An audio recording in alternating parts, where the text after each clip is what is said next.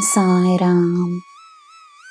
ನನ್ನ ಮುದ್ದಿನ ಮಗುವೆ, ನಿನಗೆ ಸಿಕ್ಕಿರುವ ಕುಟುಂಬದಿಂದ, ತಂದೆ ತಾಯಿಯಿಂದ, ಗುರುಗಳಿಂದ, ಸ್ನೇಹಿತರಿಂದ, ಜೀವನದ ಅನುಭವಗಳಿಂದ ನಿನ್ನ ವ್ಯಕ್ತಿತ್ವ ರೂಪುಗೊಂಡಿದೆ.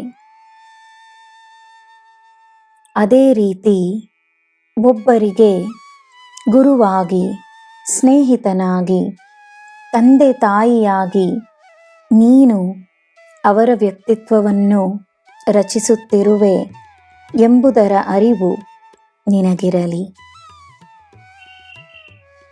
ನೀನು ಜನರಿಗೆ ನೀಡುವ ಅನುಭವವನ್ನು ಅವರು ಎಂದೂ ಮರೆಯುವುದಿಲ್ಲ.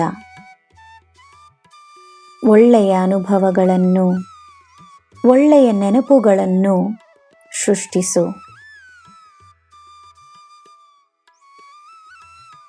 ಒಳ್ಳೆಯ ಗುರು ತನ್ನ ಶಿಷ್ಯರು ಸದಾ ತನ್ನ ಜೊತೆಯೇ ಇರಬೇಕೆಂದು ಬಯಸುವುದಿಲ್ಲ.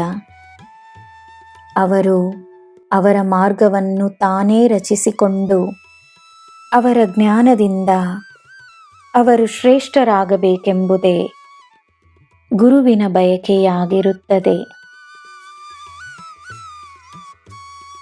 ನೀನು ಯಾರಿಗೆ ಸಹಾಯವನ್ನು ಮಾಡುವೆಯೋ ಅವರಿಂದ ಅಪೇಕ್ಷಿಸಬೇಡ. ಅವರು ಚೆನ್ನಾಗಿರಬೇಕು, ಅವರು ಜೀವನದಲ್ಲಿ ಬೆಳೆಯಬೇಕು ಎಂಬುವ ಪ್ರಾರ್ಥನೆಯನ್ನು ಮಾಡಿ ಸುಮ್ಮನೆಯಾಗು. ನೀನು ಮಾಡುವ ಒಳ್ಳೆಯ ಕಾರ್ಯಗಳನ್ನು ನಾನು ಅರಿವೆನು.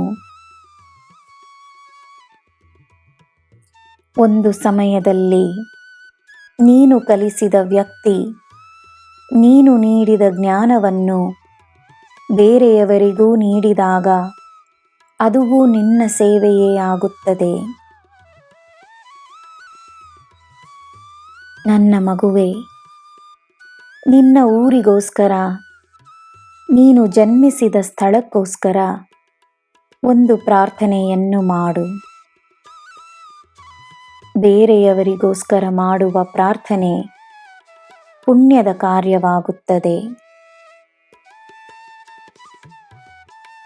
ನಿನ್ನ ಮಾರ್ಗದರ್ಶನ ನನ್ನ ಕರ್ತವ್ಯವಾಗಿದೆ. ನಿನಗೆ ನಾನಿದ್ದೇನೆ. ನಿನಗೆ ಎಲ್ಲ ಶುಭವೇ. ಜೈ ಸಾಯಿರಾಮ್.